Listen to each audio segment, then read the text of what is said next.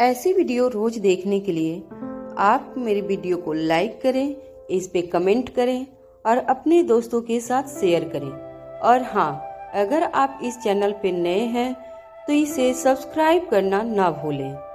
मनोज माथुर ने जब अपनी कहानी पूरी की तो अनिका को उसकी कहानी पर यकीन नहीं हो रहा था। अनिका सोच भी नहीं सकती थी कि स्वाति ने मनोज के साथ ऐसा किया था। दरअसल मनोज ने अनिका को एक कहानी बताई थी, जिस कहानी की शुरुआत आज से ठीक 25 साल पहले हुई थी। उन दिनों स्वाति मल्होत्रा ने मेडिसिन की दुनिया में तहलका मचा रखा था। वो अपनी आगे की पढ़ाई करने के लिए लंदन कुछ वक्त के लिए गई थी। लंदन की ही एक यूनिवर्सिटी में पढ़ाई करने वाले मनोज ने भी उन दिनों माइक्रोबायोलॉजी में काफी नाम किया था। स्वाति ने किसी तरह मनोज माथुर को उससे जेनेटिक सीरम नाम की एक दवाई के बारे में बताया, जो इंसानी जेनेटिक में काफी बदलाव करके इंसान को पावरफुल बना सकती है। मनोज उस वक्त स्वाति के इस आविष्कार पर विश्वास नहीं कर पाया था। स्वाति ने उसके साथ एक चैलेंज लगाई। मनोज उन दिनों काफी नाम कमा चुके थे। नाम कमाने के साथ साथ मनोज का सेल्फ कॉन्फिडेंस और ईगो भी उनके सर चढ़कर बोलने लगा था। उसने स्वाति की बात को झूठा बताया और स्वाति के चैलेंज को एक्सेप्ट नहीं किया। स्वाति जानती थी कि चाहे कुछ भी हो जाए, मनोज जरूर एक दिन उस चैलेंज को एक्सेप्ट करेंगे, क्योंकि मनोज उन लोगों में से थे जो कुछ ज्यादा हासिल करना चाहते थे। उसमें वह काबिलियत थी जो उस वक्त किसी आम इंसान में नहीं नजर आती थी। उसके इसी जोश और जुनून की वजह से कई दिनों तक सोचने के बाद उसने स्वाति की चैलेंज को एक्सेप्ट की। मनोज ने बड़ी बारीकी से स्वाति की दी हुई मेडिसिन को स्टडी किया। धीरे धीरे यह बात आग की तरह फैलने लगी कि मनोज ने स्वाति की चैलेंज एक्सेप्ट की थी। मनोज ने स्वाति से कहा था कि अगर वह उसकी चैलेंज एक्सेप्ट करके उसे हरा देता है तो स्वाति उसे इस पावर ड्रग को बनाने की सारी अथॉरिटी दे देगी। स्वाति ने भी यह चैलेंज और मनोज की शर्त कबूल कर ली, मगर बदले में स्वाति ने मनोज से कहा कि अगर वह यह चैलेंज पूरी नहीं कर पाते और स्वाति शर्त जीत जाती है तो मनोज को इस हार के बदले स्वाति की एक फरमाइश पूरी करनी होगी। मनोज को अपने आप पर पूरा भरोसा था।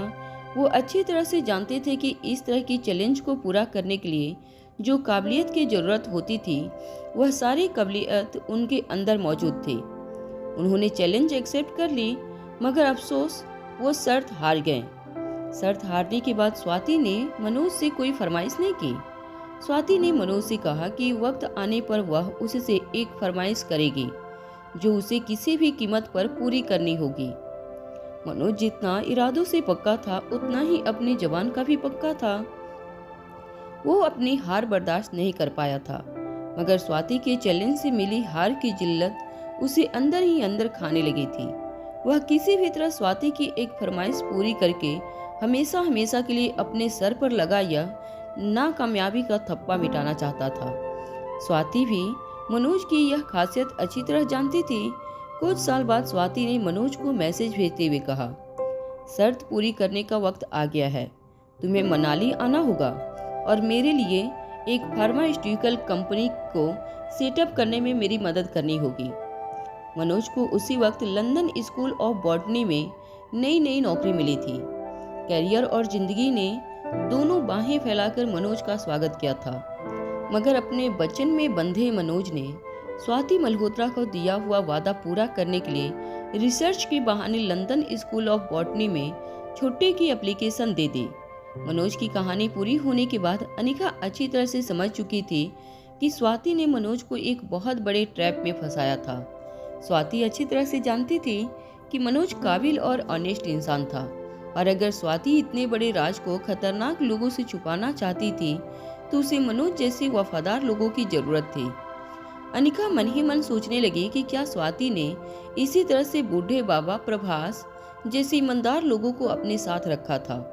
अपनी कहानी पूरी करते ही मनोज ने अपने दोनों हाथ जोड़ते हुए अनिका से कहा, बेटा, एक हार की इतनी बड़ी कीमत शायद इस दुनिया में किसी और ने नहीं चुकाई होगी।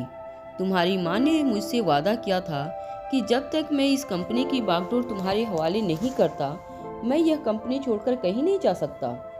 आज वक्त आ गया है, मैं अपनी बची जिंदगी अपने अधूरे सपनों को पूरा करना चाहता हूँ। पता नहीं अब दुनिया वालों को मेरी ज़रूरत है भी या नहीं, मगर जरा मैं भी देखना चाहता हूँ कि जो सपने अधूरे रह गए थे, क्या वह अभी भी उन्हें पूरा करने की ताकत मेरे शरीर और दिमाग में है भी या नहीं। अनिका को इस वक्त मनोज के लिए बहुत बुरा लग रहा था, मगर अनिका जानती थी कि स्वाति ने यह सब कुछ अनिका की सेफ्टी और V16 पावर ड्रग को गलत हाथों में जाने से बचाने के लिए किया था। अनिका ने मनोज से कहा, ठीक है, आप आजाद हैं, आप ये कंपनी छोड़कर जा सकते हैं। अनिका की बात सुनते ही मनोज के चेहरे पर स्माइल आ गई। मनोज माथुर ने अनिका से कहा, थैंक यू वेरी मच बेटा, मैं तुम्हें अपना रेजिग्नेशन लेटर भेज दूंगा, फिर कंपनी की सारी जिम्मेदारियां तुम संभाल लेना और मुझे हमेशा हमेशा के लिए इस कंपनी की जिम्मेदारियों से मुक्त कर देना। अनिका ने इस बात का जवाब देते हुए कहा, अंकल, मैंने आपसे यह तो नहीं कहा कि कंपनी की जिम्मेदारियां मैं लेने के लिए तैयार हूँ। हाँ, मगर आप आज़ाद होना चाहते हैं और मैं आपको आज़ादी देने के लिए तैयार हूँ। रही बात अनिकरण फार्मास्यूटिकल की, तो आप एक काम कीजिए, आप अपनी सारी जिम्मेदारियां अपने सेकेंड बेस्ट मैनेजर को दे दीजिए। कंपनी के साथ आप जो करना चाहते हैं कर सकते हैं। इस कंपनी से मिलने वाली सारी पूंजी आपकी है और आप अपनी कंपनी के साथ क्या करना चाहते हैं यह फैसला भी आपको ही लेना होगा। इससे पहले कि मनोज और कुछ कह पाता, अनिका वह किताब लेकर अपनी कार में बैठ गई और तेजी से कार वहां से लेकर निकल गई। कुछ देर तक रोहित भी बिल्कुल खामोश अनिका के बगल में बैठा अनिका को देखता रहा। रोहित जानता था कि अनिका के मन के अंदर कई सवाल चल रहे थे। अनिका जल्द से जल्द उस किताब को पढ़ना चाहती थी। तेजी से कार चला रही अनिका को अचानक ही रोहित ने कहा, जरा एक मिनट, क्या तुम कार साइड में लगा सकती हो? वह सामने की दुकान से पीने के लिए ठंडा पानी ले लेता हूँ। अनिका ने जैसे ही कार रुकवाई, रोहित सामने की दुकान से एक पानी की बोतल ले आया। रोहित इस बार पैसेंजर सीट पर बैठने की जगह ड्राइविंग सीट की विंडो के पास आया और अनिका से कहने लगा, एक काम करो, यहाँ से गाड़ी मैं चलाता हूँ, तुम बगल की सीट में जाकर बैठ जाओ। अनिका ने बिना किसी आर्गुमेंट के अपनी सीट बदल दी। जैसे ही रोहित कार के अंदर बैठा, रोहित ने दबी हुई आवाज में अनिका से कहा, कोई हमारा पीछा कर रहा है। जब से हम उस घर से निकले हैं तब से लेकर अब तक कुछ लोग हमारा पीछा कर रहे हैं। अनिका ने जैसे ही घबराकर पीछे देखने की कोशिश की, रोहित ने अनिका से कहा, रुक जाओ, पीछे मत देखना। उन लोगों को शक नहीं होना चाहिए कि हम जानते हैं कि कोई हमारा पीछा कर रहा है। मैंने अपने आदमियों से कह दिया है कि वह लोगों के बारे में पता लगाएं। अनिका अच्छी तरह से जानती थी कि V16 पावर ड्रग को पाने के लिए कई लोग अपनी नजरें अनिका पर बनाए बैठे थे। अनिका नहीं जानती थी कि वह लोग अनिका का पीछा कर रहे होंगे। अनिका अच्छी तरह से जानती थी कि अगर क्रिस्टोफर जीना चाहता था तो उसे V16 पावर ड्रग तक पहुंचना होगा, मगर क्रिस्टोफर के साथ 3 ऐसे भी लोग थे जो लोग V15 पावर ड्रग के डोज के बाद V16 पावर ड्रग के इंतजार में थे। और अनिका इतना भी जानती थी कि V15 शरीर के अंदर जाने के बाद यह तीनों भी काफी पावरफुल हो चुके होंगे। इतने पावर मिलने के बाद वह लोग बेशक अब तक कोई मामूली जिंदगी नहीं जी रहे होंगे। अचानक ही कार ड्राइव करते हुए रोहित ने अनिका से कहा, मैंने सुना था मनाली में तुम्हारी एक ज्योति बुआ रहती हैं, जिनका तुमने ऑपरेशन किया था। क्या तुम उनसे मिलना चाहती हो? अनिका अब तक जान चुकी थी कि ज्योति बुआ का अनिका के साथ कोई खून का रिश्ता नहीं था, मगर बचपन में अगर किसी ने अनिका को माँ का प्यार देने की कोशिश की थी तो वह सिर्फ ज्योति बुआ थी। ज्योति बुआ के लिए अनिका के दिल में बहुत प्यार और इज्जत थी। अनिका पिछले कई दिनों से एलेक्जेंडर को लेकर काफी टेंशन में थी, इसलिए कई दिनों से अनिका ज्योति बुआ के साथ फोन पर भी बात नहीं कर पाई थी। अनिका ने सोचा कि यही सही मौका था ज्योति बुआ से मिलने का और उनके हालचाल पूछने का। अनिका ने रोहित को ज्योति बुआ का एड्रेस बताया। रोहित ने एड्रेस अपने लोकेशन मैप में फीड किया और ज्योति बुआ के घर की ओर आगे बढ़ने लगा। रोहित की नजरें लगातार पीछा कर रहे लोगों पर बनी हुई थी। धीरे धीरे कार पतली गलियों से होते हुए मनाली के बीचों बीच बने एक मार्केट एरिया में पहुंची। ज्योति बुआ इसी इलाके में एक छोटे से रॉ हाउस में रहती थी, रोहित और अनिका ने कार एक पार्किंग लॉट में पार्क की और चलकर पतली गलियों से होते हुए ज्योति बुआ के घर की ओर जाने लगे। जैसे ही अनिका और रोहित ज्योति बुआ के घर के पास पहुंचे, उन्होंने देखा कि ज्योति बुआ के घर के बाहर कुछ गुंडे लगातार ज्योति बुआ के दरवाजे पर पत्थर फेंक रहे थे। वह गुंडे काफी खतरनाक लग रहे थे। 3-4 लोग थे वह, जिनमें से 2 लोगों ने शराब पी रखी थी। मुंह में सिगरेट और हाथ में हॉकी स्टिक और डंडे लिए वह लोग ज्योति बुआ के घर के दरवाजे पर पत्थर मार मार कर किसी को बाहर बुलाने की कोशिश कर रहे थे। रोहित और अनिका वहीं रुककर उन गुंडों की इस हरकत को गौर से देखने लगे। कुछ देर बाद दरवाजा खुला और एक 60-65 साल का आदमी हंसता हुआ बाहर आया। वह आदमी ज्योति बुआ के पति जयप्रकाश थे। जयप्रकाश ने बाहर आकर उन गुंडों की ओर देखकर कहा, क्या चाहते हो तुम लोग? हमें अकेला क्यों नहीं छोड़ देते? मैं तुम लोगों से हाथ जोड़कर विनती करता हूँ, मेहरबानी करके हम बूढ़े बुढ़ी को अकेला छोड़ दीजिए। तभी एक गुंडे ने अपनी बाइक को स्टैंड पर लगाते हुए जयप्रकाश से कहा, देख रहे बुढ़े, हमें हमारे पैसे लौटा दे और फिर जोजी में आकर चाहे तो अपनी बॉडी के साथ हनीमून मनाने जा। हम कुछ नहीं जानते, मगर अब यह नाटक करना बंद कर दे और हमें हमारे पैसे लौटा दे। बहुत पैसे कमाए हैं उस दुकान से तुमने। जानते हो ना, वह दुकान तुम्हारे बाप की नहीं है। उस दुकान पर अनिका मैडम का हक है और अब अनिका मैडम बहुत जल्द मारवा खानदान की बहू बनने जा रही है, इसलिए उस दुकान पर अब हमारे मालिक रोहित मारवा का हक है। अनिका और रोहित दोनों उस गुंडों की बात सुनकर चौंक गए। रोहित समझ नहीं पा रहा था कि आखिर वह गुंडा जयप्रकाश जी को इस तरह से क्यों धमका रहा था। अपनी बात आगे बढ़ाते हुए उस गुंडे ने कहा, बहुत तंग किया था बचपन में उस गौतम गुलेरिया ने हमारी मैडम को। अब हमारी मैडम बदला लेने पर उतर आई हैं। वह दुकान तुमने दहेज के पैसों से खरीदी थी ना, अब वक्त आ गया है भरपाई करने का। तुम्हारी दुकान जल्द से जल्द हमारे नाम कर दो। जयप्रकाश जी ने उन गुंडों के सामने हाथ जोड़ते हुए कहा, देखो, उस छोटी सी दुकान से तुम लोगों को क्या मिल जाएगा? किसी तरह उस दुकान के सहारे ही हमारा घर चल रहा है। तुम्हारी आंटी की तबीयत ठीक नहीं रहती, उनकी दवाइयों का खर्च, बेटी की पढ़ाई का खर्च, सब कुछ उसी दुकान से निकलता है। अगर वह दुकान हमसे छीन ली जाएगी तो हम तो रास्ते पर आ जाएंगे। एक गुंडे ने अपनी हॉकी स्टिक अपनी गर्दन पर लगाते हुए कहा, देखिए बूढ़े आंटी, कल मरती है तो आज मर जाए, हमें उससे कोई लेना देना नहीं। हमें हमारे बॉस ने जो कहा है हमें वही करना होगा। अगर इस कागजात पर तुमने अभी दस्तखत नहीं किए तो वह हाल करूंगा कि दुकान तो क्या बिस्तर से कभी उठ नहीं पाओगे। यह बात सुनते ही अनिका ने मुट्ठी कस ली और उन गुंडों की ओर आगे बढ़ने लगी। जैसे ही अनिका उन गुंडों से निपटने के लिए अपने कदम आगे बढ़ाने लगी, रोहित ने तुरंत अनिका का हाथ पकड़कर उसे रोक लिया। अनिका हैरान होकर रोहित की ओर देखने लगी। रोहित ने अनिका को एक दीवार के पीछे ले जाते हुए कहा, जरा कुछ देर और इनकी बातें सुनने की कोशिश करो, जरा पता तो चले कि आखिर माजरा क्या है। अनिका भी अब रोहित की बात मानकर चुपचाप उस दीवार के पीछे से उन गुंडों की बातें सुनने लगी। जयप्रकाश जी गुंडों के सामने हाथ जोड़कर गिड़गिड़ा रहे थे। तभी अचानक ज्योति बुआ दरवाजे से निकलकर बाहर आई। अनिका ने ज्योति बुआ को ऑपरेशन के बाद पहली बार देखा था। उनके चेहरे पर काफी थकावट नजर आ रही थी। ज्योति बुआ की सर्जरी काफी क्रिटिकल थी। अनिका जानती थी उन्हें पूरी तरह से रिकवर होने में अभी भी कुछ महीने लग सकते थे। ज्योति बुआ हाथों में एक छड़ी का सहारा लिए बाहर आईं और उन गुंडों की ओर देखकर कहने लगी, देखिए, मैं जानती हूँ कि उस दुकान पर अनिका का अधिकार है। तुम लोग फिक्र मत करना, वह दुकान हम आज ही तुम लोगों के नाम कर देंगे।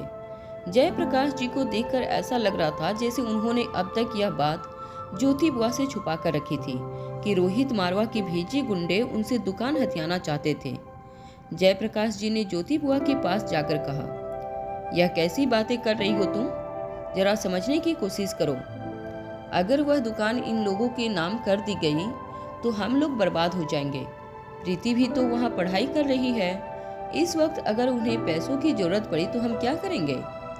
ज्योति बुआ ने जयप्रकाश जी की बातों का जवाब देते हुए कहा, मगर इन लोगों की बात भी तो सच है। आखिर वह दुकान हमने अनिका की माँ स्वाति मल्होत्रा के दिए हुए पैसों से ही तो खरीदी है। अगर अनिका का होने वाला पति उस पर हक जता रहा है तो वह लोग सही हैं। अनिका जानती थी उसके मन में ऐसी कोई बात नहीं थी कि वह ज्योति बुआ और जयप्रकाश जी की दुकान हथिया ले, मगर कुछ और देर तक अनिका गुंडों का असली मकसद जानना चाहती थी। ज्योति बुआ ने अपनी बात आगे बढ़ाते हुए जयप्रकाश जी से कहा, देखिए, मेरे भाई गौतम गुलेरिया ने अनिका के साथ जो कुछ भी किया था वह बहुत गलत था। भले ही उस लड़की के साथ उसका खून का कोई रिश्ता नहीं था, मगर एक फूल जैसी बच्ची का पूरा बचपन बर्बाद करके उसने हमारे पूरे खानदान का सर शर्म से झुका दिया है। हमारी शादी के वक्त तुम्हें गौतम ने जो पैसे दिए थे वह पैसे उसके नहीं थे, वह पैसे स्वाति भाभी के थे। अनिका की माँ स्वाति के बहुत उपकार है हमारी जिंदगी के ऊपर। अब उनके कर्जों को अपने सर से उतारने का समय आ गया है। वह दुकान इन लोगों के नाम कर दो। ज्योति बुआ की बातों से ऐसा लग रहा था जैसे वह अपने भाई के किए हुए पापों का पश्चाताप करना चाहती थी। जयप्रकाश भी जी अच्छी तरह से जानते थे कि जब से ज्योति बुआ ने होश संभाला था वह बस पश्चाताप की आग में जल रही थी। जब गौतम गुलेरिया की मौत की खबर जयप्रकाश जी ने ज्योति बुआ को सुनाई थी तब कुछ वक्त ज्योति बुआ बिल्कुल सुन पड़ गई थी। काफी देर बाद ज्योति बुआ ने जयप्रकाश से सिर्फ इतना कहा था कि गौतम को अपने किए की सजा मिल गई। उसके बाद कभी भी अपने भाई का नाम ज्योति बुआ ने अपनी जबान पर नहीं लिया था। उन गुंडों में से एक गुंडे ने आगे बढ़ते हुए फिर से जयप्रकाश का कॉलर पकड़ते हुए कहा, अब तुम लोग टाइम वेस्ट करना बंद करो, वरना बुढ़े बुढ़ी को दोबारा गिड़गिड़ाने का मौका भी नहीं दूंगा। हम जो कागजात लाए हैं उसके ऊपर चुपचाप साइन कर दो। हम आज ही उस दुकान पर अपना कब्जा कर लेंगे। जयप्रकाश जानते थे कि अब इन गुंडों से बचने के लिए उनके पास और कोई रास्ता नहीं था। उस गुंडे ने जयप्रकाश के हाथ में एक पेन थमा दी। कांपते हुए हाथों से जयप्रकाश उस डॉक्यूमेंट पर अपनी साइन करने के लिए अपने कदम आगे बढ़ाने लगे। तभी अचानक दीवार के पीछे से अनिका बाहर आई। अनिका ने उन गुंडों से कहा, यह क्या कर रहे हो तुम लोग? किसने भेजा है तुम लोगों को यहाँ पर? अनिका को वहां पर देखते ही ज्योति बुआ हैरान रह गई। अनिका तुरंत दौड़कर ऊपरी मंजिल पर खड़ी ज्योति बुआ के पास गई। ज्योति बुआ ने अनिका को देखते ही अनिका को अपने सीने से लगा लिया और कहा, तुम्हारा हक मैं कभी नहीं छीन सकती बेटा। जो तुम्हारा है वह तुम्हें मिलकर रहेगा।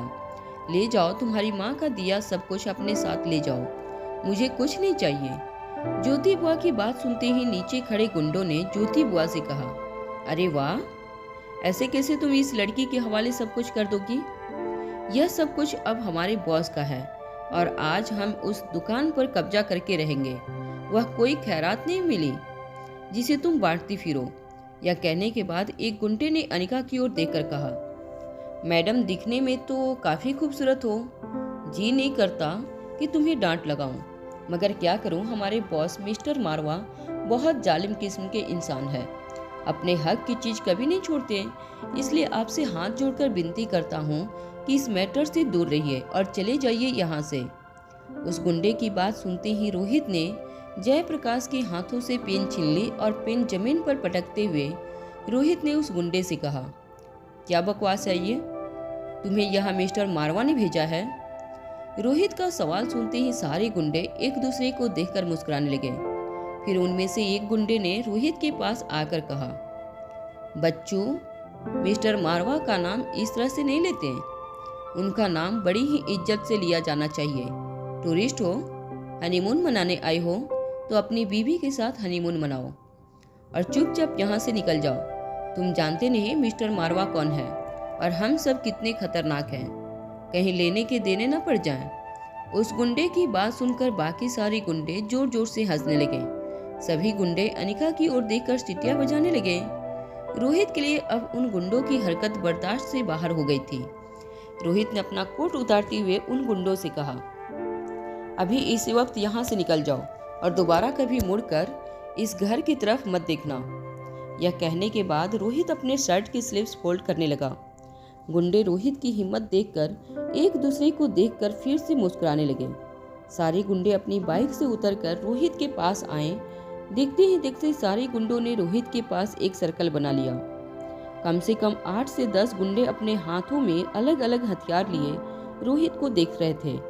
पहले वाले गुंडे ने रोहित के सामने आकर कहा, मैंने कहा था बच्चों, तुमसे चुपचाप हनीमून मनाओ और निकल जाओ यहाँ से। अगर अब तुम्हें कुछ हो गया तो तुम्हारी बीबी के साथ हनीमून कौन मनाएगा? हम लोग। उस गुंडे की यह बात सुनकर रोहित को घेर कर खड़े सारे गुंडे हंसने लगे, मगर कुछ ही सेकंड में वह सारे गुंडे जमीन पर पड़े दर्द से तड़प रहे थे। जो गुंडा रोहित के सामने खड़ा था वह फटी हुई आंखों से रोहित को देखता रह गया। अपने सारे साथियों को अब उसने अपनी आंखों के सामने एक के बाद एक ढेर होते हुए देखा था। रोहित की स्पीड और उसकी ताकत देखकर उसे अंदाजा लग गया था कि रोहित मार्शल आर्ट का एक जबरदस्त जानकार था। रोहित की ताकत देखकर उस गुंडे के हाथ पैर ठंडे पड़ चुके थे। वह जानता था कि वह रोहित से कभी नहीं मुकाबला कर सकता था, इसलिए अपने कदम पीछे बढ़ाते हुए उस गुंडे ने रोहित से कहा, देखो, मुझे कुछ मत करना, तुम जानते नहीं मैं कौन हूँ। रोहित ने अपने कदम आगे बढ़ाते हुए उस गुंडे से पूछा, कौन हो तुम? यही तो जानना चाहता हूँ मैं।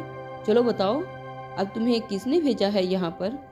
वरना वह हाल करूँगा कि हनीमून तो दूर, तुम अपनी शक्ल आईने में देखने के लायक भी नहीं रहोगे। वह गुंडा लगातार अपने कदम पीछे हटाता रहा और फिर अचानक एक दीवार से टकराकर उस गुंडे ने रोहित से कहा, देखो, मुझे यहाँ पर रोहित के खास आदमी अंकित जायसवाल ने भेजा है।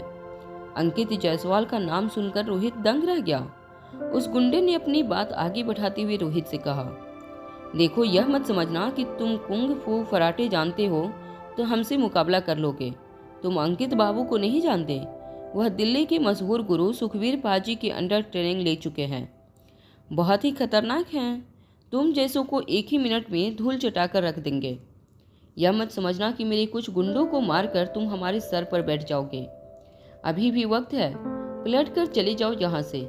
इस मामले में मत पड़ना, क्योंकि हमारे पीछे रोहित मारवा का हाथ है।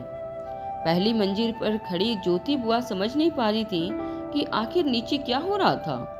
रोहित के गुंडे रोहित को रोहित की ही धमकी देकर भगाना चाहते थे। अनिका ने ज्योति बुआ के कंधे पर हाथ रखते हुए कहा, बुआ, आप परेशान ना होइए। यह सब कुछ किसी बिजनेस राइवलरी के कारण हो रहा है। ज्योति बुआ जानती थी कि बड़े बड़े बिजनेस को चलाने के लिए किस तरह की पॉलिटिक्स खेली जाती थी, मगर ज्योति बुआ ने कभी यह नहीं सोचा था कि इतनी बड़ी बड़ी कंपनियों के बीच होने वाली जंग में ज्योति बुआ जैसे आम और साधारण लोग भी फंस सकते थे। रोहित ने उस गुंडे से कहा, ठीक है, एक काम करो, तुम्हारे बॉस अंकित जायसवाल को यहाँ बुलाओ। रोहित की बात सुनते ही उस गुंडे ने अपनी जेब से फोन निकाला और कांपते हुए आवाज में अपने बॉस को फोन लगाकर कहा, बॉस, एक काफी अड़ियल आदमी हमारे रास्ते में रुकावट बनकर खड़ा है। दिखने में सीधा साधा है, मगर है काफी खतरनाक। आप प्लीज यहाँ आकर उसे वह सबक सिखाइए कि वह जिंदगी भर याद रखे और दोबारा शहर में कोई हमारे सामने सर उठाने की हिम्मत ना करे। यह कहते हुए उस गुंडे ने फोन काट दिया। रोहित अंकित जायसवाल को अच्छी तरह से जानता था। रोहित ने जब मनाली का सारा बिजनेस अंकित जायसवाल को संभालने को दिया था, अंकित सुखवीर पाजी की ट्रेनिंग एकेडमी में रोहित को मिला था और ट्रेनिंग एकेडमी का बड़ा भाई होने के नाते रोहित ने अंकित को अपने बिजनेस में शामिल किया था। रोहित को अंकित पर पूरा भरोसा था, यहाँ तक कि मनाली के सारे बिजनेस पावर ऑफ अटॉर्नी अंकित को दे रखी थी। रोहित ने कभी सपने में भी नहीं सोचा था कि अंकित उसके साथ इतना बड़ा धोखा कर सकता था। रोहित नहीं जानता था कि रोहित का नाम इस्तेमाल करके अंकित जायसवाल एक गैंग चलाने की कोशिश कर रहा था, जो लोगों को डरा धमकाकर उनकी प्रॉपर्टी पर कब्जा करते थे। मगर रोहित को अभी भी इस बात पर यकीन नहीं था कि वह गुंडा जिस आदमी के बारे में बात कर रहा था वह सचमुच अंकित जायसवाल था या कोई बहरूपिया जायसवाल का नाम लेकर यह सब कुछ कर रहा था। उस गुंडे ने रोहित से कहा, अगर तुम सचमुच अपने आप को मर्द समझते हो तो यहीं रुकना, भागने की कोशिश मत करना। जब हमारे बॉस यहाँ आएंगे तब तुम्हें अंदाजा हो जाएगा कि तुमने किसी से पंगा लिया है। यहीं रुकना, तुम कहीं जाना मत। धीरे धीरे जिन गुंडों को रोहित ने जमीन पर पटका था वह अपने पैरों पर खड़े होने लगे, मगर किसी ने रोहित के पास जाने की हिम्मत नहीं की। कोई दर्द के मारे अपना पांव पकड़कर जमीन पर बैठा था, तो कोई अपना सर पकड़कर दीवार का सहारा लेकर खड़ा था। रोहित ने उन सभी गुंडों पर एक नज़र डाली और फिर अपने सामने खड़े गुंडों से कहा, ठीक है, अब तुमने मुझे इतना डरा ही दिया है तो तुम्हारे बॉस का यहीं पर रुककर इंतजार करता हूँ। यह कहकर रोहित भी जयप्रकाश को लेकर अनिका और ज्योति बुआ के पास चला गया। चारों नीचे खड़े गुंडों को कुछ देर तक देखते रहे। फिर अनिका ने ज्योति बुआ को सहारा देते हुए कहा, चलिए बुआ, अंदर चलकर कुछ बातें करते हैं। ज्योति बुआ और जयप्रकाश के साथ साथ रोहित और अनिका भी घर के अंदर चले गए और बाहर से दरवाजा बंद कर लिया। अंदर आते ही अनिका और ज्योति बुआ सोफे पर जाकर बैठ गए। तभी जयप्रकाश ने रोहित के सामने हाथ जोड़ते हुए कहा, थैंक यू वेरी मच। आज आप न होते तो पता नहीं क्या हो जाता। वैसे एक बॉडीगार्ड होने के नाते सचमुच अपने बॉस के लिए अपनी जान दांव पर लगा दी। जैसे ही जयप्रकाश ने रोहित को अनिका का बॉडीगार्ड कहा, अनिका धीरे से हंस पड़ी। जयप्रकाश ने अनिका की ओर देखकर कहा, क्या सचमुच रोहित मारवा इतने खतरनाक हैं? जयप्रकाश की बात सुनकर ज्योति बुआ ने अनिका को कुछ कहने की कोशिश की। ज्योति बुआ ने पहले कभी रोहित मारवा को देखा तो नहीं था, मगर जब पहली बार गुंडों से लड़ते हुए ज्योति बुआ ने रोहित को देखा तो ज्योति बुआ को अंदाजा हो गया था कि अनिका का होने वाला पति रोहित मारवा वही था। मगर जब जयप्रकाश ने रोहित के बॉडीगार्ड होने की बात कही, तब ज्योति बुआ भी कुछ कंफ्यूज हो गई। ज्योति बुआ ने अनिका की ओर देखा। अनिका ने भी कोई क्लेरिफिकेशन नहीं दिया कि वह जिसके साथ आई थी वह कौन था। रोहित अनिका की इस हरकत को देखकर चौंक गया था। अनिका मन ही मन मुस्कुराने लगी थी। ज्योति बुआ ने अनिका के हाथ पर हाथ रखते हुए कहा, देखो, इस बात को लेकर अपने घर संसार में कोई क्लेश मत खड़ा कर देना। अगर मारवा खानदान चाहता है कि वह दुकान हम उनके नाम कर दें तो मुझे कोई एतराज नहीं है। वैसे भी वह दुकान तुम्हारी माँ के दिए हुए पैसों से ही खरीदी गई है। जब भी मैं प्रीति से फोन पर तुम्हारे बारे में पूछती हूँ तो वह हमेशा कहती है कि गुलेरिया परिवार में तुम्हें बहुत प्यार मिल रहा है, और यह भी कहती है कि मारवा खानदान भी तुमसे बहुत प्यार करता है। इस छोटी सी बात को लेकर तुम अपने हंसते खेलते जीवन में जहर मत घोल देना। मैं नहीं चाहती कि हमारी वजह से तुम्हारे होने वाले ससुराल वाले तुमसे नाराज हो जाएं। रोहित ज्योति बुआ और जयप्रकाश को अपनी असलियत बताने ही वाला था कि अचानक नीचे से उन गुंडों की जोर जोर से आवाज आने लगी। सभी लोग अपने बॉस को आवाज लगाते हुए कह रहे थे, बॉस यहाँ आ जाइए, यहीं छुपा है वह आदमी। धीरे धीरे उन गुंडों के लीडर की आवाज बढ़ने लगी। वह अपने बॉस से कह रहा था, आइए बॉस, जरा उस आदमी की हिम्मत तो देखिए। हमने उस आदमी से कहा था कि हम किसके आदमी हैं और हम किसके इशारे पर काम कर रहे हैं, मगर फिर भी उसने हमारी एक बात नहीं सुनी। अपने आप को बहुत बड़ा टार्जन समझता है। उस अकेले ने मेरे 9 आदमियों को मार दिया, मगर मैं जानता हूँ कि आपके सामने वह 1 सेकेंड भी टिक नहीं पाएगा। बॉस, उसे ऐसा मजा चखाना कि पूरा मनाली शहर याद रखे। रोहित भी देखना चाहता था कि आखिर अंकित जायसवाल के भेष में कौन इस तरह की गैंग चला रहा था। अनिका भी देखना चाहती थी कि वह कौन लोग थे जो इतनी पुरानी दुकान के पीछे पड़े थे। अनिका को कहीं न कहीं शक था कि जरूर क्रिस्टोफर की खतरनाक ऑर्गेनाइजेशन से जुड़े लोग ज्योति बुआ और जयप्रकाश के पास से स्वाति मल्होत्रा की जिंदगी से जुड़े राज जानने के लिए यह सब कुछ कर रहे थे। तभी अचानक ज्योति बुआ के घर का दरवाजा जोर से खुला। एक लंबा चौड़ा आदमी अपने स्लीव ओवर करते हुए घर के अंदर दाखिल हुआ। उस आदमी ने घर के अंदर जो नजारा देखा, उस नजारे को देखते ही उसके पांव जमीन में जम गए। जब उसने अपने ठीक सामने रोहित को खड़ा हुआ देखा तो उसकी आंखें फटी की फटी रह गईं। रोहित भी उस आदमी को देखकर काफी हैरान था। रोहित ने कभी सपने में भी नहीं सोचा था कि जिस अंकित पर उसने अपने सगे भाई से भी ज्यादा भरोसा किया था, वह इस तरह की हरकत कर सकता था।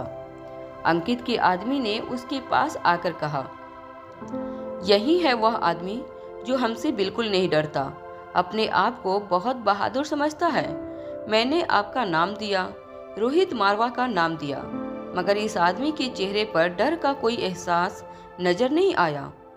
रोहित मारवा का नाम सुनते ही इसने हमारे आदमियों को पीटना शुरू कर दिया। जरा इनकी हिम्मत तो देखिए बॉस, मैं जानता हूँ कि आप भी जूडो कराटो में कितने बड़े चैंपियन हैं। जरा इन आदमी को अपनी औकात दिखा दीजिए। अंकित फटी हुई आंखों से रोहित को देखता रहा। उसे यकीन नहीं हो रहा था कि उसके सामने जो आदमी खड़ा था वह कोई जीता जागता इंसान था या रोहित मारवा के मोम का पुतला।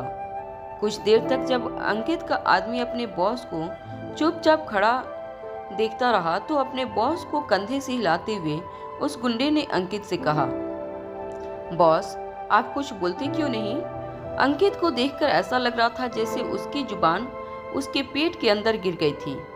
किसी तरह हिम्मत करके अटकती हुई आवाज में अंकित ने रोहित की ओर देखकर कहा, आप यहाँ कैसे? रोहित ने अपने दोनों हाथ अपनी कमर पर रखते हुए अंकित से पूछा, यह सवाल तो मैं भी तुमसे पूछ सकता हूँ, तुम यहाँ कैसे और यह सब कुछ क्यों कर रहे हो? रोहित के मुंह से आवाज सुनकर अंकित की बोलती बंद हो गई थी। अंकित के आसपास खड़े उसके आदमी समझ नहीं पा रहे थे कि उनका बॉस इस तरह से क्यों रिएक्ट कर रहा था। अंकित ने रोहित का हाथ पकड़कर दबी हुई आवाज में रोहित के कानों के पास जाकर कहा, बॉस आप ही ने तो कहा था कि आपको भाभी की मदद करनी है, इसलिए मैंने यह सब कुछ किया। भले ही अंकित ने रोहित को यह बात दबी हुई आवाज में कही थी, मगर अनिका ने यह बात अच्छी तरह से सुन ली थी। अंकित की बात सुनते ही अनिका अपनी जगह से खड़ी हो गई और हैरान होकर रोहित की ओर देखने लगी। रोहित भी अंकित की बात सुनकर काफी हैरान था। रोहित ने अंकित से कहा, यह तुम क्या बकवास कर रहे हो? मैंने तुमसे कब ऐसा करने के लिए कहा? अंकित ने फिर से दबी हुई आवाज में रोहित से कहा, आप ही ने तो कहा था कि आपको वह सारी चीजें चाहिए। अनिका को पहले से शक था कि ज्योति बुआ के साथ जो कुछ भी हो रहा था वह जरूर स्वाति मल्होत्रा से जुड़े क्लू के कारण हो रहा था। मगर अंकित को देखकर अनिका इतना जान चुके थे कि अंकित और उसके गुंडे क्रिस्टोफर की गैंग से जुड़े हुए नहीं थे। मगर अभी भी अनिका यह बात नहीं समझ पा रही थी कि आखिर रोहित ने अंकित को ऐसा करने को क्यों कहा था। रोहित ने अनिका का एक हाथ जोर से दबाते हुए अंकित से कहा, यह तुम क्या बकवास कर रहे हो? मैंने तुमसे कब कहा था? अंकित के पीछे खड़े गुंडे भी काफी कंफ्यूज नजर आ रहे थे। उन्हें पता नहीं चल रहा था कि बॉस को जिस आदमी के साथ मारपीट करनी चाहिए थी उसके साथ वो कानाफूसी क्यों कर रहे थे। रोहित की बात का जवाब देते हुए अंकित ने कहा, अरे आपने मुझे वॉइस मैसेज भेजा था और एक ईमेल भी भेजा था जिसमें आप ही ने तो यह सब कुछ करने के लिए ऑर्डर दिए थे मुझे। अंकित की बात सुनकर रोहित हैरान रह गया। रोहित ने अनिका और अंकित की ओर देखकर कहा, मैंने ऐसा कोई ऑर्डर नहीं भेजा है। अंकित ने तभी अपना फोन निकालकर रोहित का वॉइस मैसेज सुनाया। अनिका और रोहित ने बड़े ही ध्यान से उस वॉइस मैसेज को सुना। आवाज हूबहू रोहित की आवाज से मिलती थी, मगर अनिका समझ चुकी थी कि यह वॉइस रिकॉर्डिंग किसी मशीन के जरिए जनरेट की गई थी। अनिका ने रोहित से कहा, आवाज जरूर तुम्हारी है, मगर अलग अलग शब्दों को मिलाकर एक सेंटेंस बनाया गया है। रोहित अनिका की बात सुनकर हैरान रह गया। इसके बाद अंकित ने रोहित को वही मेल दिखाया जो कुछ दिनों पहले रोहित के अकाउंट से उसे मिला था। रोहित इस ईमेल को देखकर भी हैरान रह गया। जब रोहित ने अपने ही ईमेल अकाउंट में जाकर देखा तब उसे इस बात का एहसास हुआ कि शायद किसी ने उसका ईमेल अकाउंट हैक करके यह मेल अंकित को भेजा था। रोहित जानता था कि उसके अकाउंट को हैक करना इतना आसान नहीं था। दुनिया का सबसे पावरफुल फायरवॉल रोहित के अकाउंट को सिक्योरिटी देता था। अगर इतने पावरफुल फायरवॉल को ब्रेक करना किसी के बस में था तो वह सिर्फ मिस्टर एक्स यानी कि अनिका जैसे किसी साइबर सिक्योरिटी एक्सपर्ट का काम था।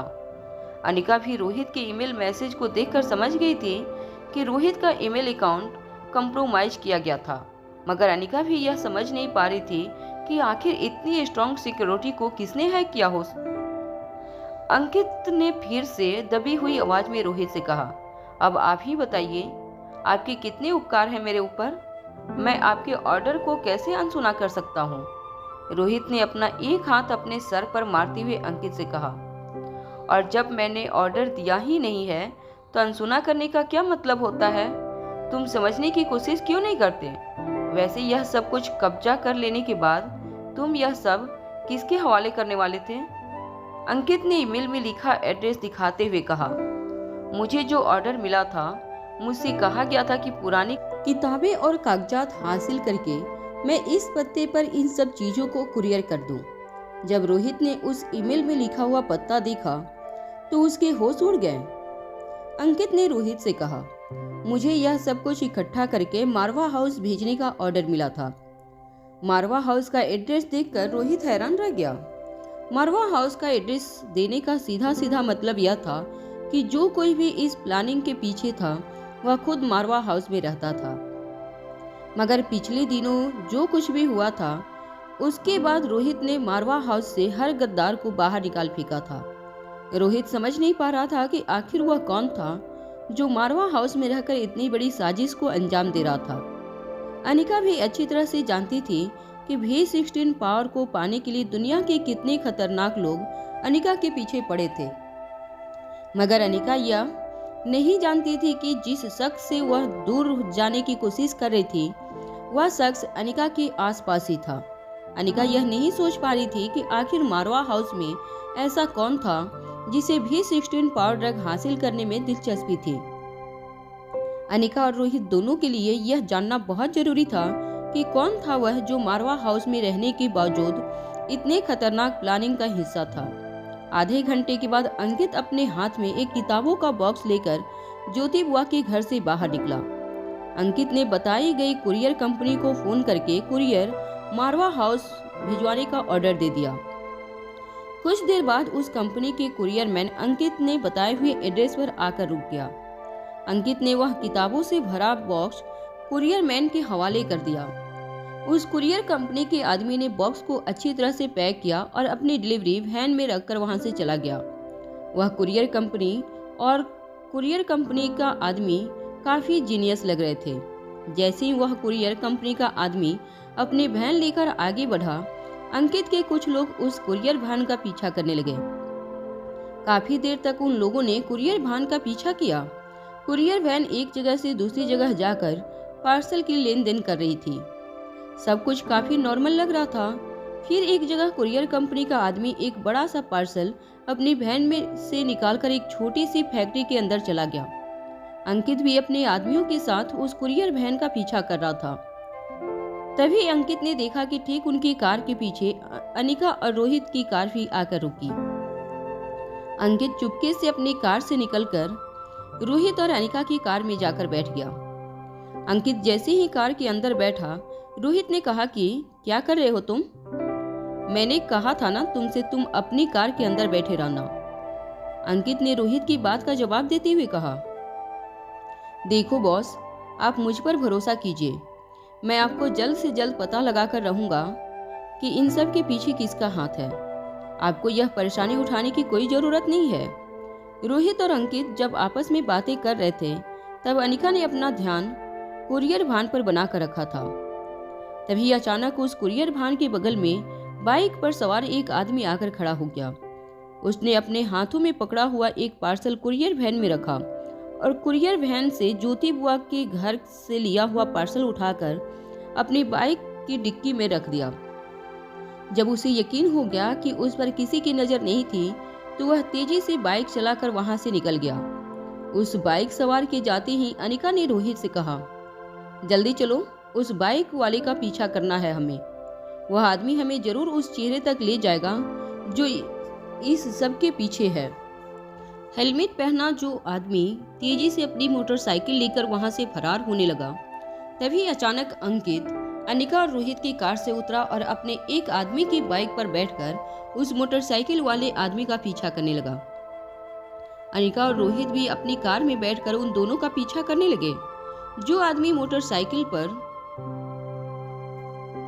कुरियर चुरा कर भागा था वह काफी तेज था। वह जानता था कि अगर कोई उसका पीछा करने लगे तो उसे किस रास्ते से बचकर निकलना है। छोटी छोटी गलियों से होते हुए वह आदमी अपनी बाइक तेजी से लेकर फरार होने लगा। अनिका और रोहित उन गलियों से अपनी कार नहीं निकाल सकते थे, मगर अंकित काफी तेजी से अपनी बाइक पर उस आदमी का पीछा करने लगा। अनिका और रोहित काफी देर तक अपनी जगह पर खड़े अंकित के लौटने का इंतजार करने लगे। कुछ देर बाद उन्हें आसपास की एक गली से एक जोरदार धमाके की आवाज सुनाई दी। जब रोहित और अनिका ने आसमान में नजरें उठाकर देखा तो एक बड़ा धुएं का गुब्बारा नजर आ रहा था। रोहित और अनिका दोनों हैरान हो गए। अंकित के आदमी दौड़कर उस धुएं के गुब्बारे की ओर जाने लगे। कुछ देर बाद लहूलुहान अंकित अपने आदमियों के सहारे पर धीरे धीरे चलता हुआ रोहित और अनिका के पास आ गया। अंकित के ठीक पीछे कुछ लोग हेलमेट पहने उस आदमी को पकड़कर अपने साथ ले आ रहे थे।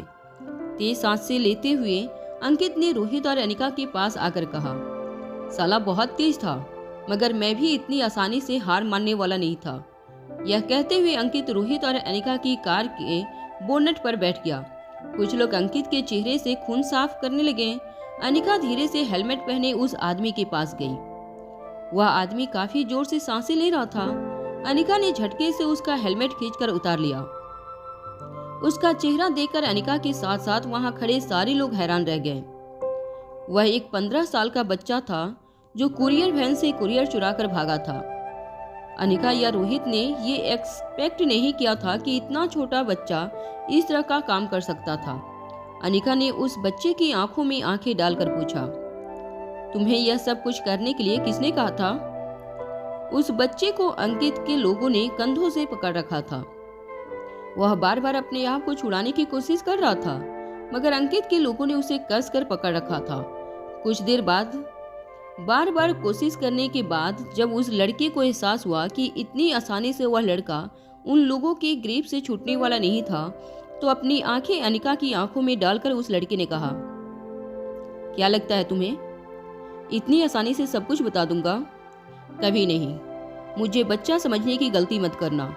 तुम लोगों से काफी ज्यादा ताकतवर और तेज हूं मैं। अभी कुछ देर में तुम लोगों को इस बात का एहसास हो जाएगा। अनिका ने कभी ऐसा एक्सपेक्ट नहीं किया था कि एक 15 साल का बच्चा इस तरह की बातें कर सकता था। अनिका ने अंकित के आदमियों से कहा, छोड़ दो इसे, मैं उससे बात करना चाहती हूँ। अंकित के आदमी जानते थे कि इस बच्चे को छोड़कर खतरे से खाली नहीं था, इसलिए वह हैरान होकर एक दूसरे को देखने लगे। तभी अनिका ने अपनी आवाज ऊंची करते हुए अंकित के आदमियों से कहा, मैंने कहा ना, छोड़ दो उसे।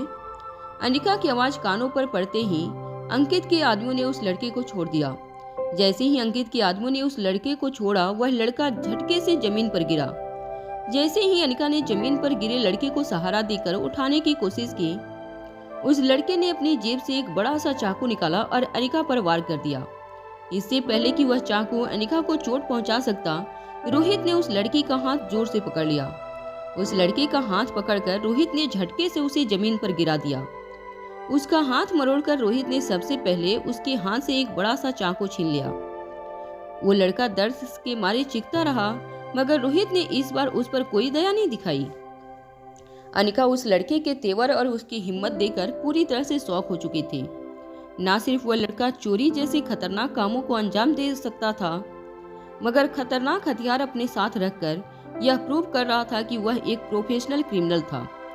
उस लड़के का बर्ताव देखकर अनिका और रोहित समझ चुके थे कि इस लड़के ने इससे पहले भी कई बार ऐसी खतरनाक वारदातों को अंजाम दे चुका होगा। रोहित ने उस लड़के को कसकर जमीन पर दबोच कर रखा। रोहित का जोर इतना ज्यादा था कि वह लड़का जमीन पर सर रखकर जोर जोर से चीखने लगा। अनिका ने रोहित को ऐसा करने से रोका। रोहित ने अनिका से कहा, इसे बच्चा समझने की गलती मत करना। तुमने देखा ना क्या हो सकता है अगर मैंने इससे पहले इसकी हरकतों पर नजर नहीं रखी होती तो यह चाकू से तुम्हें घायल कर चुका होता। हाँ, इसकी उम्र जरूर कम है, मगर इसका बचपना इससे कोसों दूर चला गया है। अभी एक सातिर मुजरिम है यह, और इसके साथ ठीक उसी तरह पेश आना होगा। अंकित के आदमियों ने उस लड़के के हाथ पांव एक रस्सी से बांध दिए और फिर उसे उठाकर रोहित और अनिका की कार की बैक सीट पर लिटा दिया। अनिका और रोहित आगे की सीट पर बैठकर कुछ देर तक लड़के को देखते रहे। अनिका ने उस लड़के के जैकेट की स्लीव ऊपर करके उसके हाथों को जांचना शुरू किया। रोहित ने कहा, रुको, इसके शरीर की जांच मैं करता हूँ। वह लड़का लगातार अपने शरीर की सारी ताकत लगाकर उन रस्सियों से अपने आप को छुड़ाना चाहता था, मगर कुछ देर बाद उसकी हिम्मत ने जवाब दे दिया। रोहित ने उस लड़के का जैकेट उतारकर पहले यह चेक किया कि उसके पास कहीं और कोई हथियार मौजूद है या नहीं। रोहित ने जैसे ही उसका जैकेट उतारा, रोहित ने देखा कि उसके हाथों पर जगह जगह पर इंजेक्शन के मार्क्स बने हुए थे। रोहित और अनिका दोनों यह देखकर हैरान हो गए। अनिका ने जब गौर से उस इंजेक्शन के मार्क्स को देखा तो उसे यकीन हो गया कि यह लड़का किसी ड्रग का आदी था। रोहित ने उस लड़के की जींस की पॉकेट में तलाशी करना शुरू किया। रोहित को उसकी पॉकेट से एक छोटी सी दवाई की शीशी मिली। अनिका ने जब उस शीशी को एग्जामिन किया तो उसे पता चला कि यह वो ड्रग था जिसे लेने से इंसान कुछ देर के लिए अपने शरीर की ताकत बढ़ा सकता था, मगर इसके साइड इफेक्ट भी बहुत खतरनाक होते थे। अनिका ने इससे पहले इस ड्रग को व्योमा के खून में पाया था। यह बिल्कुल पावर ड्रग जैसा ही एक ड्रग था, मगर ये पावर ड्रग से काफी ज्यादा अलग फार्मूला से बनाया हुआ था। इसका फार्मूला इस्तेमाल करके ड्रग बनाना इतना आसान नहीं था और इसलिए क्रिस्टोफर और उसकी खतरनाक गैंग आज तक भी 16 पावर ड्रग की मैन्युफैक्चरिंग नहीं कर पाई थी। मगर उसी फार्मूला के आसपास के फार्मूला से कहीं ऐसा खतरनाक ड्रग बनाए थे जिसे लेकर इंसान अपने आप को बाकी इंसानों से ताकतवर बना सकता था, मगर इसके साइड इफेक्ट भी काफी ज्यादा खतरनाक थे। अनिका ने वो दवाई की शीशी उस बच्चे को दिखाते हुए कहा, यह ड्रग तुम्हें कहाँ से मिला? किसने दिया है तुम्हें? क्या तुम जानते हो कि इसका क्या परिणाम हो सकता है? उस लड़के ने अपनी आवाज गहरी करते हुए अनिका की आंखों में आंखें डालकर कहा, यह वह दवाई है जिससे मैं दुनिया जीत सकता हूँ। तुम मुझे रोक नहीं सकती। यह कहते हुए बच्चे की आंखों में जुनून साफ नजर आ रहा था। ऐसा लग रहा था जैसे वह लड़का पूरी दुनिया पर कब्जा करना चाहता था। अनिका जानती थी कि उस लड़के का यह जुनून उसे एक ऐसी अंधेरी खाई में धकेल सकता था जहां से वापस लौटना उसके लिए नामुमकिन हो सकता था। अनिका ने वह दवाई जैसे ही अपनी पर्स में रखी, वह लड़का जोर जोर से चिल्लाने लगा। कार के दरवाजे पर अपने बंधे हुए पांव जोर जोर से पटकते हुए वह लड़का कहने लगा, वह दवाई मुझे दे दो, वरना मैं तुम्हें छोड़ूंगा नहीं, मैं तुम्हारी जान ले लूंगा। वह दवाई मैंने मेरे मेहनत के पैसों से खरीदी है। अगर तुम भी यह दवाई पाना चाहती हो तो अपने पैसों से खरीदो, मगर मेरी दवाई मुझे लौटा दो। वह लड़का जोर जोर से चिल्लाते हुए अपनी दवाई की शीशी मांगने लगा। अनिका और रोहित ने उस लड़के को शांत करने की बहुत कोशिश की, मगर वह लड़का जोर जोर से अपने पांव कार की विंडो पर पटकते हुए अपनी दवाई वापस मांगने लगा। अनिका ने अपनी पर्स से दवाई की शीशी निकालकर उसे दिखाते हुए कहा, ठीक है, मैं तुम्हें यह दवाई वापस लौटा दूंगी, मगर तुम्हें मुझे यह बताना होगा कि यह दवाई तुमने किससे ली है। वह लड़का तेज सांसें लेता हुआ यह कुछ देखता रहा। वह जान चुका था कि अगर उसे अपनी दवाई वापस लेनी थी तो उसे अनिका को उस आदमी का नाम बताना होगा जिसने उसे यह दवाई दी थी। अपनी आवाज गहरी करते हुए उस लड़के ने कहा, यह दवाई मुझे प्रमोद ने दी है। तुम चाहो तो उससे खरीद सकती हो, मगर मेरी दवाई मुझे लौटा दो। उस लड़के के मुंह से प्रमोद का नाम सुनकर अनिका ने उस लड़के से पूछा, कौन है यह प्रमोद और कहाँ मिलेगा मुझे? उस लड़के ने इस बार अपने दांत कचकचाते हुए कहा, चाहे तो मेरी जान ले लो, मगर मैं तुम्हें कभी नहीं बताऊंगा कि प्रमोद तुम्हें कहाँ मिलेगा। अगर तुमने सीधी तरह से मुझे वह दवाई नहीं दी तो तुम नहीं जानती कि मैं तुम लोगों के साथ क्या करूंगा।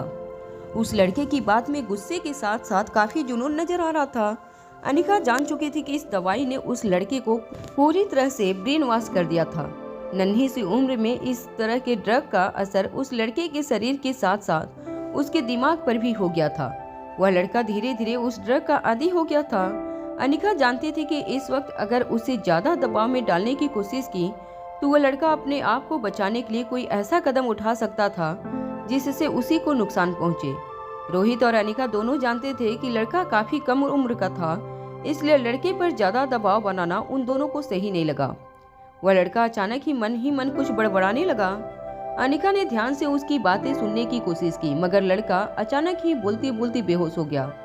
अनिका और रोहित दोनों हैरान होकर एक दूसरे को देखने लगे। हाथों में पट्टी लगाए अंकित रोहित और अनिका की कार के पास आया और रोहित से कहने लगा, चलिए बॉस, आपके पुराने घर चलते हैं। वहीं चलकर आगे की बात करते हैं। रोहित और अनिका उस लड़के को अपनी कार में लेकर रोहित के पुराने बंगले पर चले गए।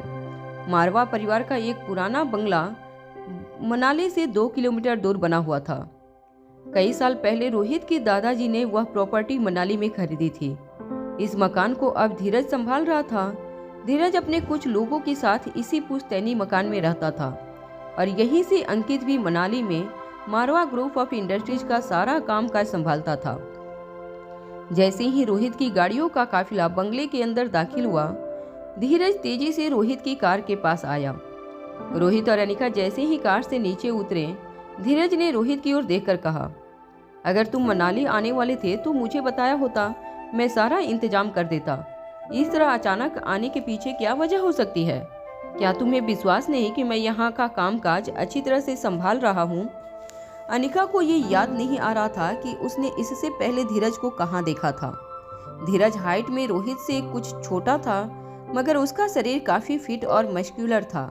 अंकित के कुछ आदमियों ने रोहित की कार से उस लड़के को बाहर निकाला और उसे उठाकर बंगले के अंदर ले गए। यह सब कुछ देखकर धीरज चौंक गया। धीरज ने रोहित से कहा, अरे भाई, यह क्या कर रहे हो? तुमने क्या कोई अंडरवर्ल्ड की गेम चलाना शुरू कर दिया है? किसी लड़के को किडनैप करके लाए हो? अब उसके पेरेंट्स को कॉल करके या तुम मोटी रकम वसूल करना चाहते हो? देखो, दादाजी को यह सब कुछ बिल्कुल पसंद नहीं था। रोहित ने अंकित को इशारा करके उस लड़के को अंदर ले जाने का इशारा किया। जैसे ही सब लोग उस लड़के को लेकर अंदर गए, रोहित ने धीरज के कंधे पर हाथ रखकर पूछा, क्या तुम यहाँ किसी प्रमोद को जानते हो? रोहित के मुंह से यह नाम सुनते ही धीरज के चेहरे के हाव भाव बदल गए। धीरज के एक्सप्रेशन से देखकर रोहित समझ चुका था कि जरूर प्रमोद के बारे में धीरज बहुत कुछ जानता था। कुछ देर यहाँ वहाँ देखने के बाद धीरज ने दबी हुई आवाज में रोहित से कहा, मैं जानता हूँ इस आदमी को, मगर तुम्हें इसके बारे में कैसे पता चला? रोहित के पास इस वक्त हर बात एक्सप्लेन करने का टाइम नहीं था, इसलिए रोहित ने धीरज के कंधे पर हाथ रखकर कहा, देखो, तुम्हें प्रमोद के बारे में जो कुछ भी पता है मुझे बताओ, मैं तुम्हें बाद में सब कुछ बताऊंगा। अनिका ठीक रोहित के बगल में खड़ी थी। धीरज अनिका के सामने प्रमोद के बारे में कहने से हिचकिचा रहा था। रोहित ने धीरज की झिझक महसूस कर ली थी, इसलिए रोहित ने धीरज को समझाते हुए कहा, देखो, तुम जो कुछ भी कहना चाहते हो खुलकर बताओ। अनिका से कुछ छुपाने की जरूरत नहीं है। रोहित की बात सुनते ही धीरज ने रोहित से कहा, यह प्रमोद अभी कुछ ही दिनों पहले मनाली आया है, मगर कुछ ही दिनों के अंदर काफी पावरफुल हो गया है। यूँ समझ लीजिए कि कुछ ही दिनों के अंदर काफी लोग इसे सपोर्ट करने लगे हैं। देखते ही देखते इसने अपनी एक गैंग बना ली है। अब तो यह कहा जा सकता है कि मनाली में इस प्रमोद ने हर जगह अपने हाथ पांव फैला दिए हैं। रोहित और अनिका धीरज की यह बात सुनकर शॉक हो गए। रोहित ने धीरज से पूछा, मगर इतनी जल्दी यह सब कुछ कैसे किया उसने? क्या पैसों के दम पर इसने लोगों का सपोर्ट हासिल किया है? रोहित के सवाल पर कुछ देर तक धीरज मन ही मन कुछ सोचता रहा। इसके बाद धीरज ने धीमी आवाज में रोहित से कहा, हाँ, पैसा तो इन्वॉल्व्ड है, मगर पैसे से भी ज्यादा ताकतवर चीज है जिसके बल पर यह लोगों का बादशाह बना घूम रहा है। इसके पास एक ऐसा ड्रग है जो लोगों को रातों रात ताकतवर बना देता है। अब तुम ही बताओ रोहित, अगर किसी इंसान के पास ऐसा ड्रग हो तो लोग उसे सपोर्ट करेंगे ही। इतनी काफ़ी हैवी डिमांड है यहाँ पर।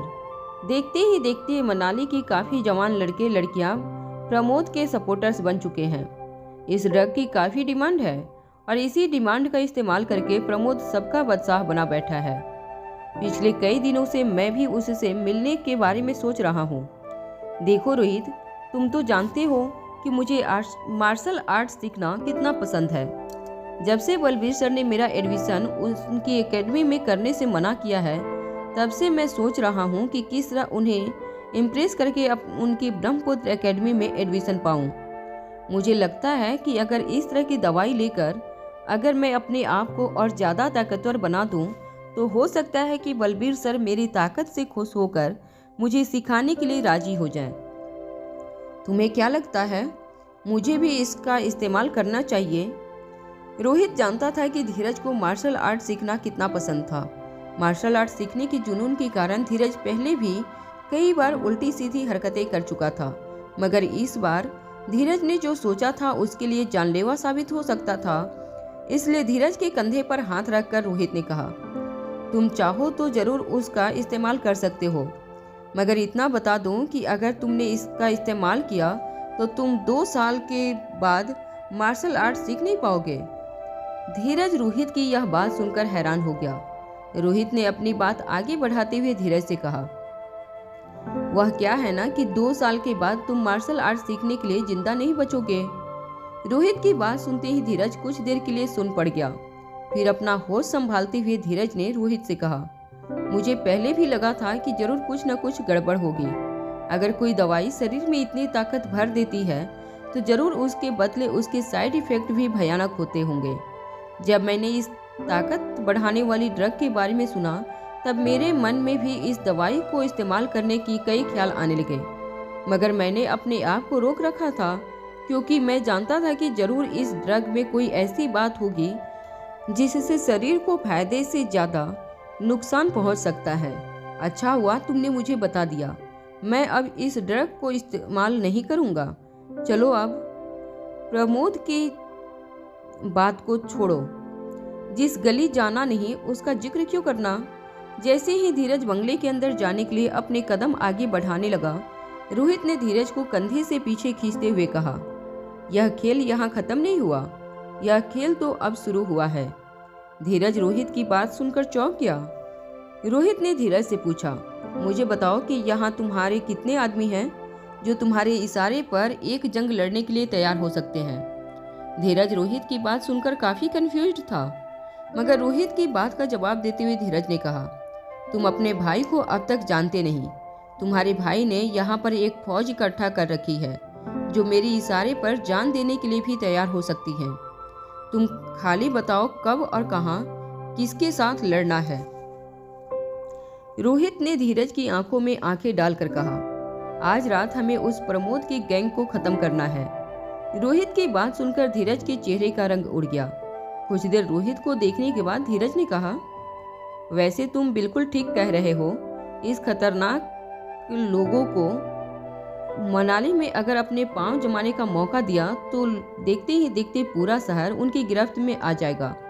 फिर तो यहाँ बिजनेस करना भी काफी मुश्किल हो जाएगा। मान गए तुम्हारे बिजनेस माइंड को, एक तीर से 2 शिकार करोगे।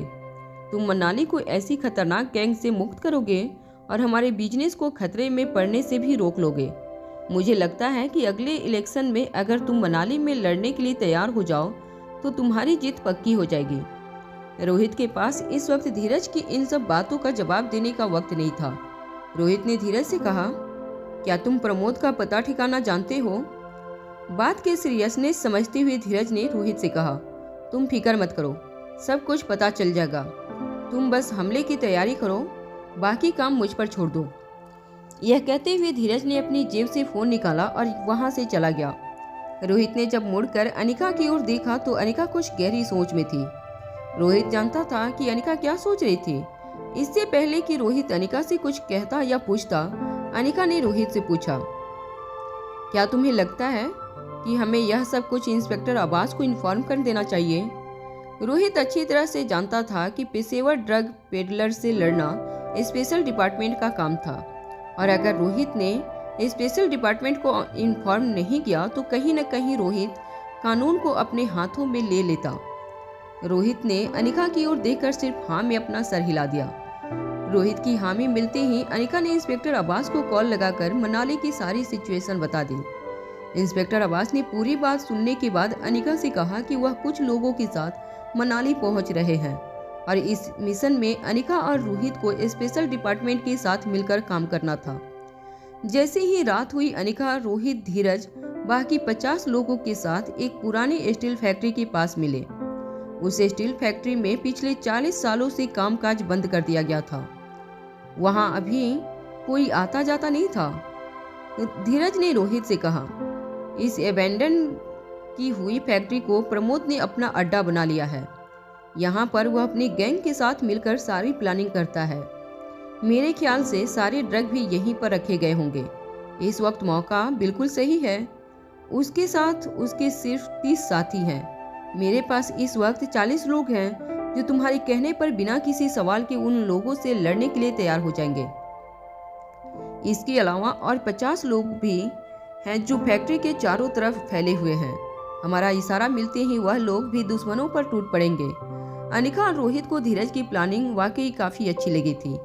जब वह लोग आगे की प्लानिंग डिस्कस कर रहे थे तभी इंस्पेक्टर अब्बास और भूमिका की एक जीप में वहां आ पहुंचे।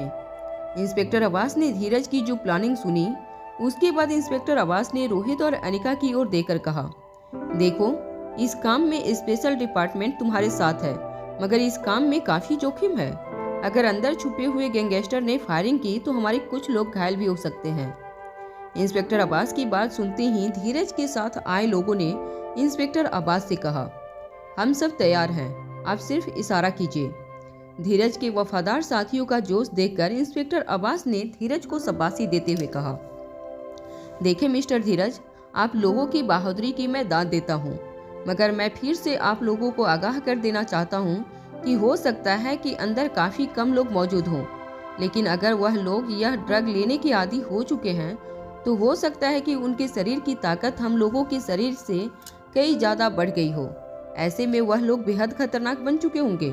अंदर क्या होने वाला है यह हम नहीं कह सकते, मगर इतना जरूर कह सकता हूँ कि वह लोग अब शैतान का रूप ले चुके होंगे और हमारी लड़ाई इस वक्त एक ऐसे शैतान से है जिसे इस दुनिया में पांव फैलाने से हमें रोकना है।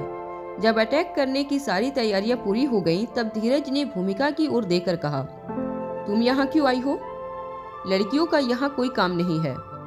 इससे पहले कि भूमिका धीरज की इस बात का जवाब देती, धीरज ने अनिका की ओर देखकर कहा, और इसे तो मेहरबानी करके वापस भेज दो। हम यहाँ दुश्मनों से लड़ने आए हैं, कोई फैशन शो देखने नहीं आए हैं। भूमिका को धीरज की बात बिल्कुल पसंद नहीं आई थी। भूमिका ने धीरज से कहा, तुम क्या समझते हो, लड़कियां सिर्फ फैशन शो देखना जानती हैं? तुम क्या समझते हो हम लोग लड़ नहीं सकते? भूमिका किस बात पर मुस्कुराते हुए धीरज ने कहा, तुम तो बचपन से ही लड़ाकू हो, तुम्हें अंदर आने से कैसे रोक सकता हूँ? मगर जरा इस अनिका को समझाओ कि वापस घर चली जाए। अगर चोट लग गई तो कई महीनों तक बिस्तर से उठ नहीं पाएगी। भूमिका ने अपने दोनों हाथ अपनी कमर पर रखते हुए धीरज से कहा, तुम्हें शर्म नहीं आती अपने भाई की होने वाली बीवी के बारे में इस तरह की बातें करते हुए? धीरज ने अपनी आंखों से काला चश्मा उतारते हुए भूमिका से कहा, अरे मुझे मेरे भाई की फिक्र है, इसलिए कह रहा हूँ। कुछ दिनों में शादी होने वाली है, इन दोनों की अब बिस्तर पर लेटी हुई दुल्हन फेरे लेती हुई अच्छी नहीं लगेगी, इसलिए कह रहा हूँ इस लड़की को वापस भेज दो अंदर। हमें खतरनाक लोगों से मुकाबला करना है, हम खुद की जान बचाएं या फिर इसे संभालें। रोहित की पसंद पर भी मुझे कभी कभी डाउट होता है। अरे खुद ही इतना अच्छा रेसलर है, रोहित की जोड़ी अगर किसी के साथ अच्छी लगती तो वह ब्रह्मपुत्र एकेडमी की दीदी के साथ। रोहित को अपने लिए उस दीदी जैसी कोई लड़की पसंद करनी चाहिए थी। खैर अब जो हो गया वह हो गया, आखिर वह मेरा भाई है। चलो ठीक है, तुम तो अच्छी तरह से जानती हो कि मैं कितना अच्छा मार्शल आर्टिस्ट हूँ। अपने साथ साथ ही इस लड़की का भी ख्याल रख लूँगा, आखिर मेरी होने वाली भाभी है। भूमिका ने इस बात का जवाब देते हुए कहा, तुम्हें ऐसा कुछ करने की जरूरत नहीं है, तुम पहले अपने आप को संभालना सीख जाओ, वही बहुत है। अनिका को मैं संभाल लूंगी। धीरज अपने आदमियों को लेकर फैक्ट्री की ओर आगे बढ़ने लगा। भूमिका ने अनिका के पास आकर कहा, वैसे धीरज की बात तो बिल्कुल सही है, अंदर जो लोग हैं वह बहुत खतरनाक हो सकते हैं। अगर तुम्हें चोट लग गई तो तुम बर्दाश्त नहीं कर पाओगी। मगर कोई बात नहीं, तुम एक काम करना, तुम मेरे पीछे चलती रहना, मैं तुम्हें प्रोटेक्शन दूंगी। रोहित भूमिका और धीरज की बातें काफी देर से सुन रहा था, मगर रोहित जानता था कि अनिका क्या काबिलियत रखती थी। इसलिए स्टील की फैक्ट्री के अंदर जाने से पहले रोहित ने भूमिका की ओर देखकर कहा, थैंक यू वेरी मच। भूमिका ने रोहित की बात का मुस्कुराते हुए जवाब देते हुए कहा, थैंक यू की कोई ज़रूरत नहीं, या मैं अपनी भाभी के लिए नहीं बल्कि अपनी बेस्ट फ्रेंड के लिए कर रही हूँ। इसके बाद सभी लोग स्टील की फैक्ट्री के पीछे वाले गेट से अंदर चले गए। रोहित ने अंदर जाते ही कुछ लोगों को फैक्ट्री के मेन गेट के पास जाने को कहा।